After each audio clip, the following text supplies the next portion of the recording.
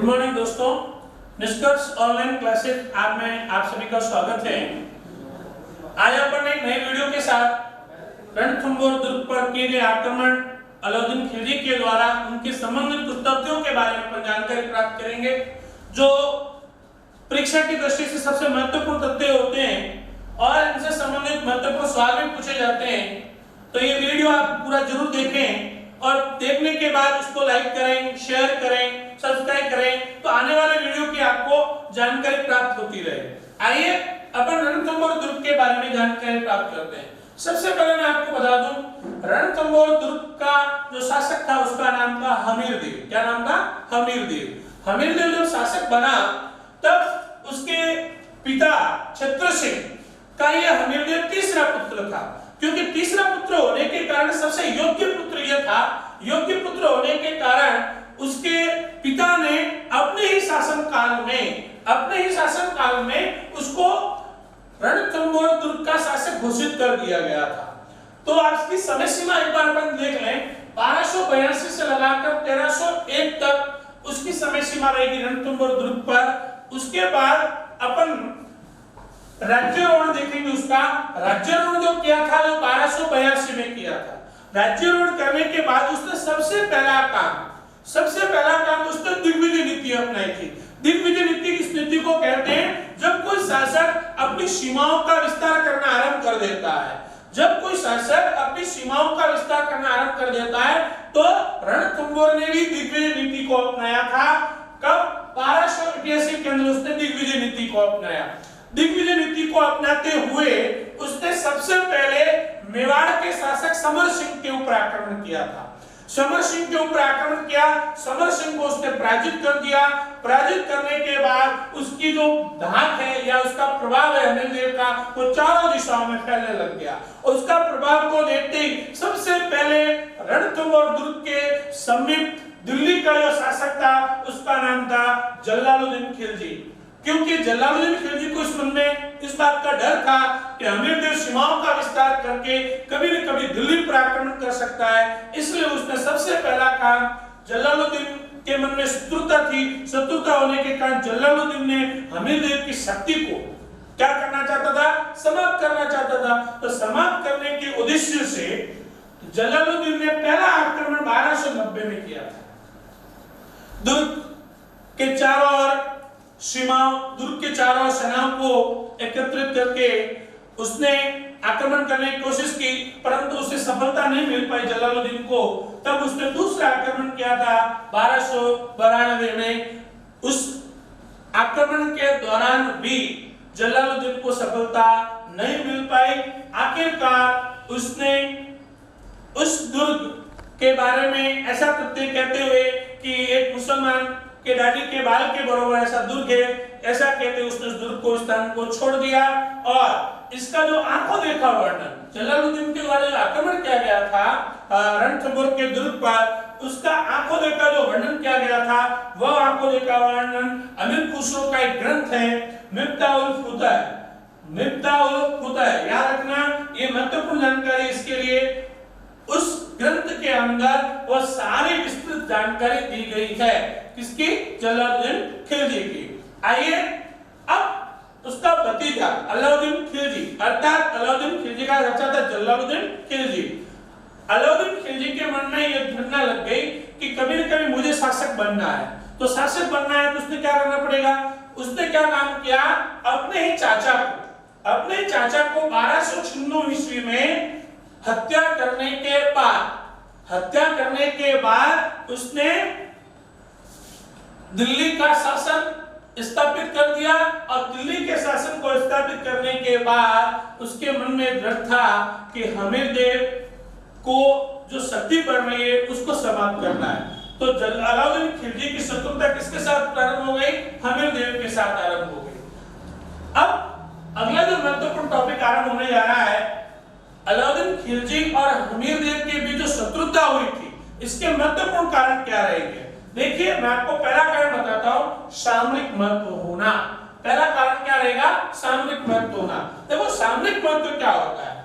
रणथंभौर के दुर्ग पहाड़ों के बीच में होने के कारण सेनाएं वहां पर सुरक्षित रह सकती है और कोई शत्रु पक्ष के द्वारा आक्रमण भी नहीं किया जा सकता है, इसलिए इस दुर्ग का क्या था, सामरिक महत्व था।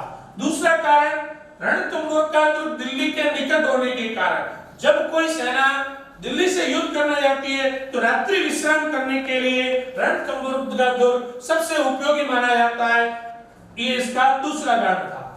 नंबर तीसरा कारण, चाचा के पराजय का बदला लेना। मैंने पूर्व में आपको ये बात बताई थी कि जलालुद्दीन खिलजी के द्वारा 2 आक्रमण किए गए थे मेवाड़ के रणथंभौर के दुर्ग पर, परंतु दोनों में उसको सफलता नहीं मिली थी जलालुद्दीन खिलजी को। तब वो चाचा का बदला लेना चाहता था, इसलिए उसने वहां पर आक्रमण किया था। आइए, खिलजी एक महत्वाकांक्षी शासक था, साम्राज्यवादी शासक था। महत्वाकांक्षी, उसकी महत्वाकांक्षा थी कि मैं रणथंभौर दुर्ग पर आक्रमण करूं और अपनी सीमाओं का विस्तार करूं, ऐसी नीति को लेकर उसने आक्रमण किया था। पांचवा कारण से ध्यान से देखेंगे, हमीर के द्वारा खिलजी के विद्रोह को शरण दे देना। सबसे पहला पॉइंट, हमीर महाकाव्य में मोहम्मद शाह नाम का एक व्यक्ति था, उसको शरण दे रखी थी हमीर देव ने। इसी के कारण अलाउद्दीन खिलजी ने रणथंभौर के दुर्ग पर आक्रमण किया था।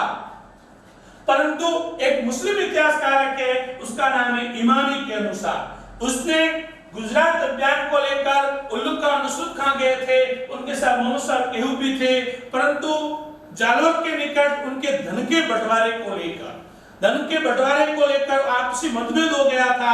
आपसी मतभेद होने के कारण मोहम्मद शाह केहू दोनों हमीर देव के पास चले गए थे।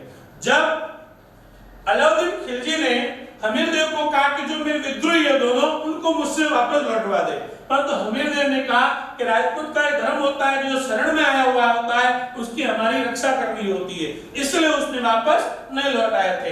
इन्हीं उपयुक्त कारणों को लेकर, अन्य तथ्यों को लेकर दोनों के बीच में शत्रुता हो गई। शत्रुता होने के कारण अलाउद्दीन खिलजी ने यह निश्चित कर दिया कि मुझे रणथंभौर के दुर्ग पर आक्रमण करना है और आक्रमण करने के बाद उस पर विजय प्राप्त करनी है। आइए अपन हमीर देव और अलाउद्दीन खिलजी के दुर्ग के आक्रमण के बारे में जानते हैं। प्रारंभिक सफलता के रूप में रणथंभौर के दुर्ग पर आक्रमण करने के लिए अलाउद्दीन खिलजी ने अपने 2 विश्वास पात्र सेनानायक, एक का नाम होगा उल्लू खान, दूसरे का नाम होगा नुसरत खान। ये दोनों सेनानायक अपनी सेना को लेकर रणथंभौर के दुर्ग के समीप, अर्थात जिसको झाइन का दुर्ग कहा जाता है या झाइन का दुर्ग कहा जाता है, ये देखिए मैंने जो बनाया आपके सामने, ये झाइन का दुर्ग है और उसके ऊपर जो रणथंभौर का दुर्ग है, झाइन के दुर्ग के ऊपर आक्रमण कर दिया। किसने किया? उल्लू खान और नुसरत खान ने किया था। ये बात कौन बता रहा है? इमामी बता रहा है। इमामी कहता है कि उल्लू खान नुसरत खान झाइन के दुर्ग पर गया और झाइन के दुर्ग पर जाके आक्रमण कर दिया और आक्रमण करने के बाद उस झाइन के दुर्ग पर क्या कर दिया? अधिकार कर दिया। और इमामी ने कहा कि उल्लू खान ने उसका नाम बदलकर नौशहर कर दिया था। किसका नाम बदलकर? झाइन के दुर्ग का नाम बदलकर नौशहर कर दिया। परंतु हमीर महाकाव्य कुछ और बताता है। हमीर महाकाव्य में यह बात लिखी हुई है कि जब उल्लू खान नुसरत खान झाइन के दुर्ग पर आक्रमण करने के लिए आते हैं, उसी समय हमीर देव कोटि विजन यज्ञ कर रहा होता है, मुनिवर्ग में होता है। जब उसके पास खबर पहुंचती तो वो बोलता नहीं है, इशारे के द्वारा उसके 2 सेनानायक थे, एक का नाम था धर्म सिंह, दूसरे का नाम था भीम सिंह, उनको भेज देता है झाइन के दुर्ग पर। दोनों सेनाओं के बीच एक तरफ भीम सिंह और एक तरफ धर्म सिंह, दूसरी तरफ अलाउद्दीन खिलजी की ओर से उल्लू खान नुसरत खान, दोनों सेनाओं के बीच झाइन के दुर्ग पर आक्रमण होता है। लंबे समय तक आक्रमण होने के बाद आखिरकार उल्लू खान नुसरत खान उस दुर्ग को छोड़कर थोड़े दुर्ग से दूर चले जाते हैं। परंतु भीम सिंह और धर्म सिंह दोनों सेनानायकों में से एक सेनानायक जो धर्म सिंह है, वह अपनी सेना लेकर हमीर देव के पास चला जाता है। परंतु उन्होंने छल और कपट का सहारा लेते हुए उल्लू खान, नुसरत खान और एक उनका एक विश्वासपात्र सेनानायक था अलग खान, वापस सेना लेकर झाइन के दुर्ग पे पहुंच जाते हैं। जब झाइन के दुर्ग पे पहुंचते हैं तब उस समय भीम सिंह अकेला लड़ रहा होता है, क्योंकि धर्म सिंह सेना लेकर कहां चला जाता है? वापस रणथंभौर के दुर्ग पे चला जाता है। तब अलग खां के नेतृत्व में भीम सिंह की क्या हो जाती है, मृत्यु हो जाती है। जब भीम सिंह की मृत्यु हो जाती है, उस बात की खबर जब हमीरदेव के पास पहुंचती है, तब हमीरदेव धर्म सिंह को शासन कार्य से निकाल देते हैं और उसके स्थान पे एक नया शासक नियुक्त करते हैं, उसका नाम होता है भोजराज। कुछ समय बाद भोजराज जो शासन के कार्य होते हैं उन पर खरा नहीं उतरता है। आखिरकार वापस विश्वास दिलाते हुए धर्म सिंह वापस हमीरदेव के शरण में आता है और शासन कार्यों से धर्म को प्राप्त करने का विश्वास दिलाकर वो वापस वहां पे नियुक्त हो जाता है। यहाँ तक एक पार्ट में पढ़ेंगे अपन। दूसरे पार्ट में वापस उल्लू खां नुसरत खां वापस आक्रमण करने के लिए आएंगे, वह अपन दूसरे वीडियो में देखेंगे। अगर आपको वीडियो पसंद आया हो तो इसको लाइक और सब्सक्राइब करें, क्योंकि आने वाली वीडियो आपको नई जानकारी उपलब्ध हो सके।